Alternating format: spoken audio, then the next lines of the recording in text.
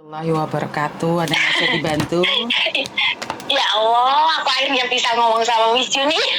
Oke, ada apa dengannya?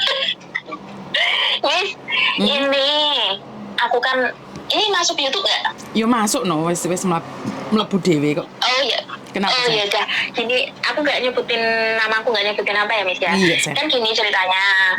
Aku tuh ek Hong Kong dulu 7 tahun, Miss. Nah, Oke. aku pulang ke Indo, terus 1 tahun ya sekitar 8 bulan di rumah, terus aku sekarang berangkat lagi. Nah, alhamdulillah yang dulu tuh sukses gitu loh. Nah sekarang itu baru mau nginjek 2 bulan. 1 bulan berapa ya? 14 hari. Jadi 1 bulan setengah ya. Nah habis itu aku tuh nggak tahu, aku maunya tuh nggak salah apa-apa sama majikan yang aku rasa gitu. Nah dengan gitu tiba-tiba tuh majikan tuh notice aku bilang sama agensi katanya aku tuh selalu bertanya, padahal kalau di rumah itu aku tuh nggak pernah tanya majikan kecuali kalau pagi cosan dadai lesong sekmea kayak gitu doang. Terus kalau siang dia nggak di rumah sampai jam 7 malam.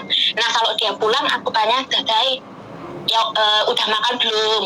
Ya mau sih gitu, aku mau nawarin dia makan, mau masak apa, udah itu aja doang. Tapi ngakunya sama agent katanya tuh aku sering nanya kemana gitu, padahal aku nggak rumah kayak gitu loh. Intinya ya notice aku tuh tanpa alasan yang jelas, agent juga ngomong gitu.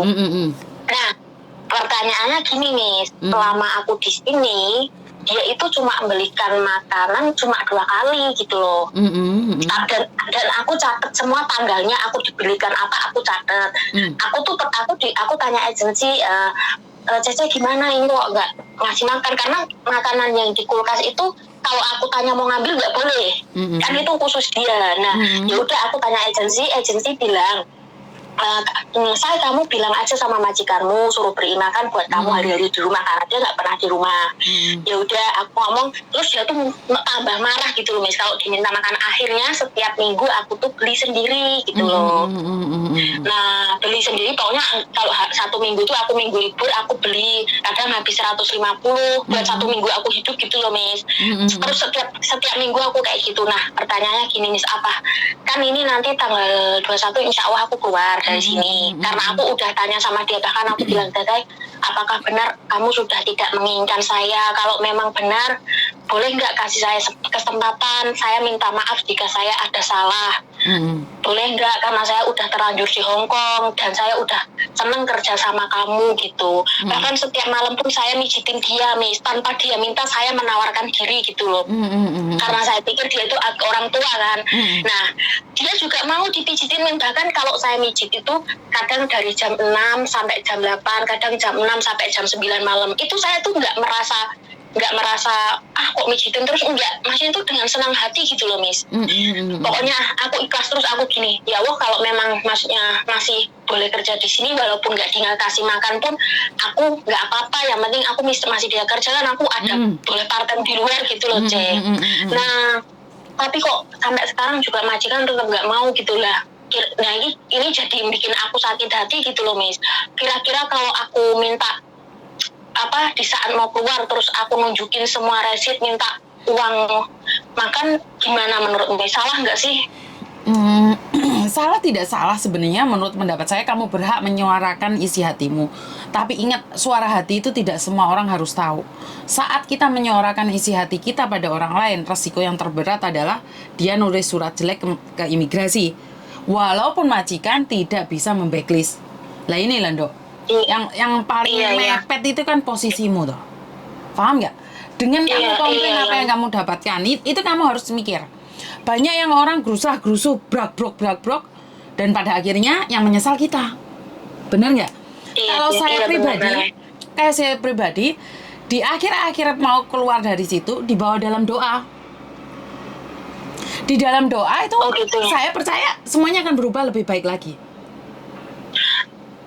Gini, Miss, jadi kalau saya kan gini, dari awal kalau ini maksudnya kalau ini memang kan karena udah dinotis, jadi saya gini, karena saya memang udah datanya pulang, saya nggak mau kesini lagi. Maksudnya? Maksudnya udah nggak mau kerja di Hong Kong gitu, ya udah di rumah aja, nggak mau gitu. Oke. Jadi kamu memilih perang, dan ingat saat memilih perang dengan labor pun tidak hanya 1 hari, 2 hari, 1 bulan, 2 bulan, itu tidak selesai. Apakah kamu sanggup dengan resiko itu? Iya juga sih. Kalau saya itu tidak akan ngompor-ngompori 1 atau ngompor-ngompori 2, karena kamu harus tahu resiko tetap ada di kamu.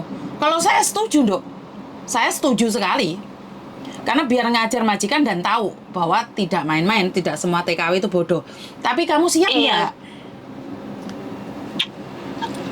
Gini nih, pas saya masuk ke sini, pertama kali dia juga mewanti-wanti, kamu jangan pernah kabur dari rumah karena pembantunya yang sebelum saya datang kabur gitu loh.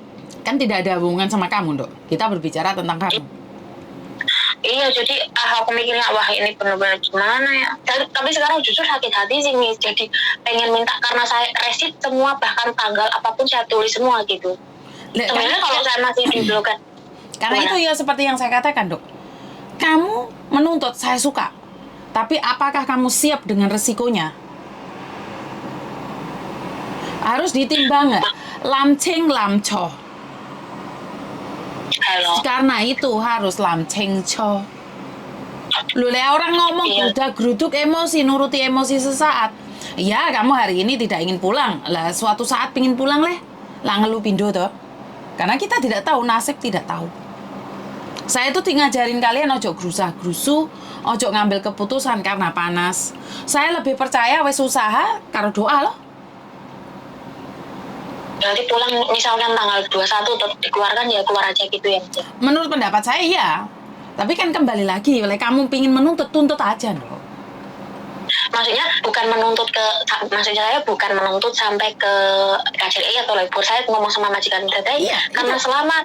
Harus, Dok, kamu tetap harus ngomong, tapi pada akhirnya kalau ada resiko kamu siapkan gitu loh, maksud saya.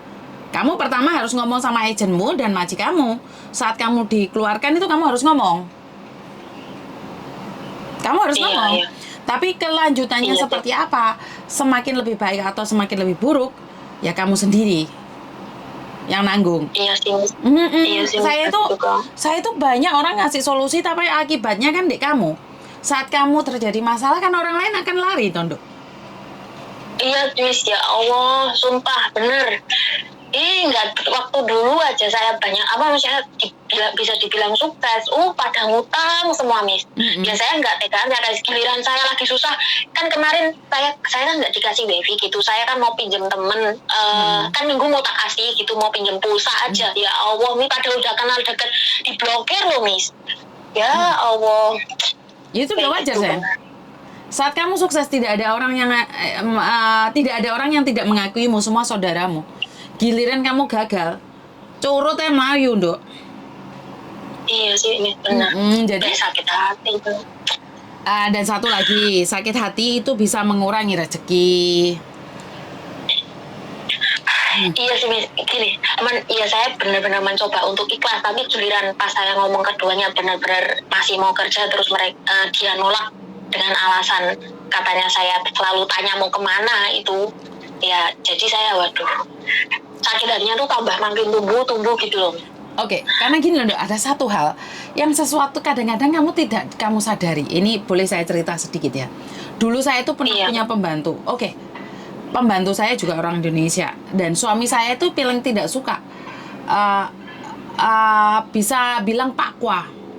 Sebenarnya kamu nggak pakwan, rumah saku loh, itu tidak pakwa, care, peduli menurut saya. Tapi bagi orang Hongkong kan itu namanya ngeruwetin, Dok. Kayak anakku kok lecu kayak timfana, nadanya bagus, tapi mereka nggak suka, sayang.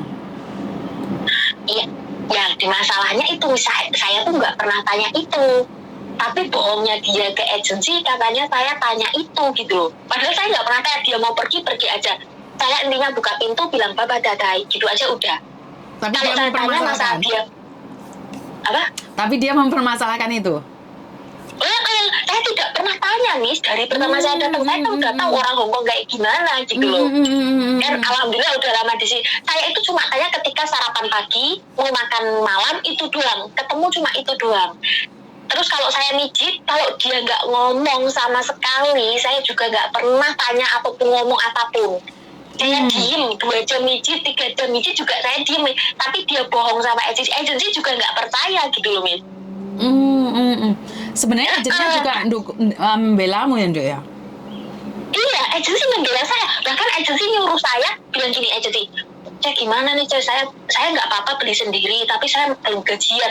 Sampai agensi gini, saya kamu punya kenalan part-time nggak? Kalau mau part-time nggak apa-apa part-time, tapi hati-hati. Ya udah saya part-time, saya dapat, Miss.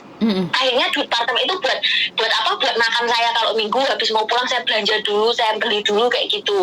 Nah, terus agensi bilang, kamu tulis jangan buang resipnya, nanti di saat mau keluar kamu kasih ke dia, nanti biar dia telepon aku, nanti aku ngomong sama dia gitu loh, Miss. Lah agenmu bagus Makanya- gitu loh, Nduk. Ya coba bicara. Iya, aku minta pendapatnya Miss dulu loh ini. Oh bukan, karena saya tidak tahu agenmu setanggung jawab seperti itu. Berarti kan dia harus membantumu berbicara dong. Lah ya bagus loh. Iya. Bahkan dia ngasih, dia manti-manti ngasih apa, majikan ngasih makan apa, ditulis tanggalnya, terus ditulis itu barangnya berapa, terus buat makan berapa hari gitu loh, Miss. Cuma ngasih makan cuma 2 kali tok gitu loh. Oke loh. Ini menurut saya pribadi sangat bagus sekali loh. Ya coba kamu. Berarti kalau kayak buka suara berarti nggak apa-apa gitu ya, Miss ya?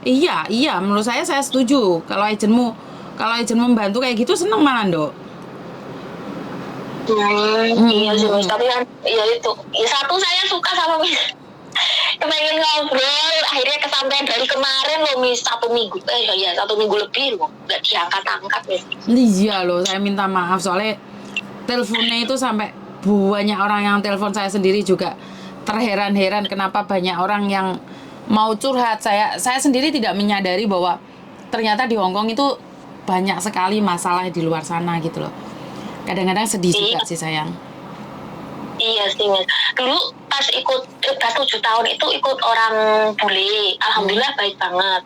Ya pokoknya walaupun kerjanya rumahnya besar tingkat 3, mandiin anjing 3, terus masak setiap hari western food, terus kalau hari Kamis bantuin majikan ke kantor bersihin toilet apa gitu. Tapi aku capek banget tuh, aku happy, Miss. Nggak pernah ngeluh. Terus dulu di Singapura juga 6 tahun semuanya tuh finish kontrak gitu loh. Aku gimana ya, aku dimarahin majikan di Singapura, aku pernah dipukul loh, Miss. Tapi aku tetap kerja. Aku nggak pernah ngundurin diri, nggak pernah lapor apa gitu loh, karena aku niatnya memang pengen kerja gitu loh, Miss. Yang penting aku nggak dibuang gitu. Ini baru pertama kali aku dibuang majikan gitu loh, Miss. Ya nggak apa-apa loh. Sabar, dan agenmu tanggung jawab. Saya suka dengan seperti itu, ngajarin kamu yang terbaik. Ya kamu coba aja loh, Dok, berbicara pada akhirnya. Tapi ingat, risiko terberat itu tetap ada di kamu. Jadi lamceng lamco, saya tetap berpesan itu. Karena agen pun tidak akan memperdulikan itu. Paham nggak maksud saya? Saat yang menanggung risiko itu kamu, bukan orang lain, sayang. Iya sih. Jadi semua itu akan kembali. Gitu. Semuanya akan kembali padamu. Iya sih, Miss. Jadi ya udah, nanti aku coba gimana misalnya kok kan ini masih lama juga, siapa tahu ya, aku masih berharap majikan berubah pikiran gitu. Masih berharap kalau misalkan walaupun dia memang nggak mau ngasih makan, ya aku mikir sendiri nggak apa-apa nih.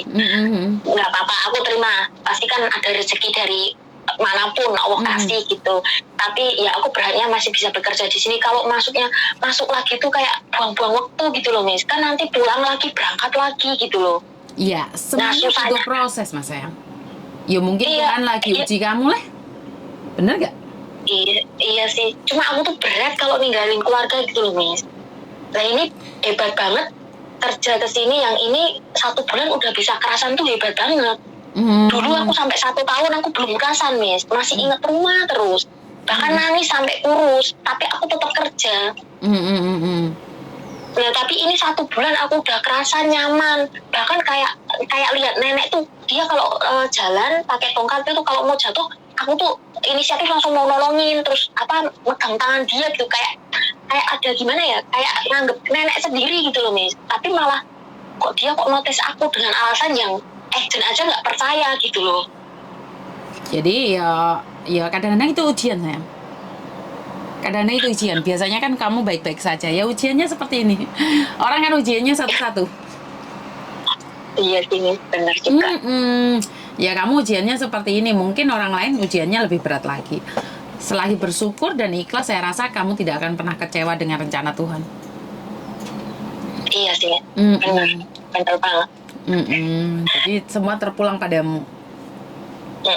Makasih ya Miss ya atas semuanya. Ini majikan kayaknya udah mau pulang. Sukses selalu, saya cuma bisa bantu doa. Kalaupun ada sesuatu yang kamu sendiri ingin bertanya langsung sama saya, kalau ada sesuatu yang ingin sampaikan, bisa datang langsung ke rumah singgah ya sayang ya. Iya, siap Miss. Insya Allah kalau memang keluar, saya datang ke rumah Miss. Oke, Insya Allah. siap, saya tunggu ya sayang. Iya. Sukses Makasih ya selalu. Miss ya. Yuk. Assalamualaikum. Waalaikumsalam warahmatullahi wabarakatuh. Iya, namanya ujian kan beda-beda. Mbaknya ini diuji dengan majikan, padahal dia sudah nurut, sudah ini, sudah itu, masih aja ya ada yang nggak benar, masih aja ada yang nggak memuaskan bagi majikan. Ya namanya ikut orang, kadang-kadang kita sudah mencoba yang terbaik, tapi kitanya yang tetap akan kalah dengan keadaan, karena itu banyak yang bilang ayat 1 pasal 1 itu majikan tidak perlu takut dengan majikan. Bukan takut, siapa sih yang takut dengan manusia lain? Siapa sih yang takut dengan orang lain? Ini bukan masalah takut dan tidaknya. Ini seorang majikan sudah memenuhi term and condition-nya, memenuhi syarat, sudah ikut peraturan. Nah, giliran dia cerewet kan tidak tertulis dalam surat cinta. Cerewet, ngamuan, bantingan itu kan juga tidak ada dalam peraturan. Kan tidak tertulis. Dan majikan punya hak ngeluarin kita kapanpun dia mau, selagi dia ikut peraturan. Nah, ini yang saya maksud adalah majikan maha benar. Walaupun dia salah, dia tetap berhak menginterminate kita kapanpun kita mau, walaupun kita tidak ingin diinterminate. Jadi jangan salah artikan dengan kata-kata saya bahwa majikan itu ayat 1 pasal 1, Mbak. Jadi ini pengertian yang sering disalahgunakan oleh salah satu teman kita, atau salah 2 teman kita, atau salah 3 teman kita. Yang saya katakan adalah cinta di atas kontrak. Ayat 1 pasal 1 adalah bagaimana kamu harus tahu bahwa selagi majikan masih mengikuti peraturan yang ada, maka majikan berhak melakukan apapun, termasuk membuang kita kapanpun dia mau, tengah malam, siang, suka-suka dia. Jadi di sini saya ingin menekankan bahwa berhati-hatilah, apes tidak ada dalam kalender, dan selalu waspada, hati-hati. Ya kalau kita tidak punya beban mental yang lainnya, ya kita masih bisa sanggup untuk bertahan. Tapi kadang-kadang kita sebagai manusia, kita punya beban-beban mental yang sebenarnya kita sendiri sudah capek banget. Kita lelah banget dengan keadaan. Ayo, bagaimana dengan kalian? Saya butuh saran-saran dan kritiknya dari kalian. Sangat kecewa sekali saat kita mendapatkan sesuatu yang tidak sesuai dengan apa yang kita inginkan. Menyedihkan sekali saat kita tidak mampu menjadi apa yang kita inginkan. Kita kadang-kadang mudah sekali kecewa saat kita tidak bisa mendapatkan apa yang kita inginkan. Ini sering terjadi bukan hanya pada Anda, pada saya juga. Karena saya adalah manusia biasa yang kadang-kadang terpancing emosi, termancing oleh keegoisan. Tapi ingat, saat kamu emosi, saat kamu marah, saat kamu kecewa, saat kamu terluka, kontrol emosimu. Karena tidak ada siapapun yang bisa menolong kamu kecuali dirimu sendiri. Saat kamu emosi, kamu bisa melakukan apapun. Tapi ingat, di setiap tindakan yang punya resiko terberat adalah dirimu. Jadi, duduk sesaat, tarik nafas, pejamkan mata, minum air. Kalau jawabannya memang kita harus ngebreak, kata-kata itu harus lebih kuat dari ngebreak, ya silahkan. Tapi jika dalam pikiranmu saat kamu memejamkan mata, banyak hal yang sedang kamu pikirkan, banyak hal yang membuat kamu tidak tenang. Menurut pendapat saya, tunggu sebentar dulu, jangan mengambil keputusan dulu. Dan saya selalu berkata bahwa dalam kehidupan ini tidak semuanya sempurna. Setiap manusia ujiannya beda-beda. Mungkin hari ini Anda diuji dengan pekerjaan, mungkin Anda saat ini diuji dengan kesehatan, mungkin Anda saat ini diuji oleh harta, atau saat ini Anda diuji oleh mertua, orang tua, diuji oleh anak, diuji oleh keuangan. Harta adalah keuangan juga ya, iya sih, kurang lebih sama. Jadi setiap orang itu punya ujiannya masing-masing, dan setiap orang punya solusinya masing-masing. Dan saya tidak bisa menggaransi kalian bercerita dengan saya akan meringankan semua beban kalian. Saya tidak bisa garansi itu. Karena bagaimanapun juga saya adalah manusia biasa yang kadang-kadang punya salah dan kepleset omong. Itu aja dari saya, kurang lebihnya saya minta maaf dan wassalamualaikum warahmatullahi wabarakatuh. Berkat Tuhan mengalir atas hidup kita semua. Semoga semua makhluk hidup bahagia dan terima kasih. Bye-bye.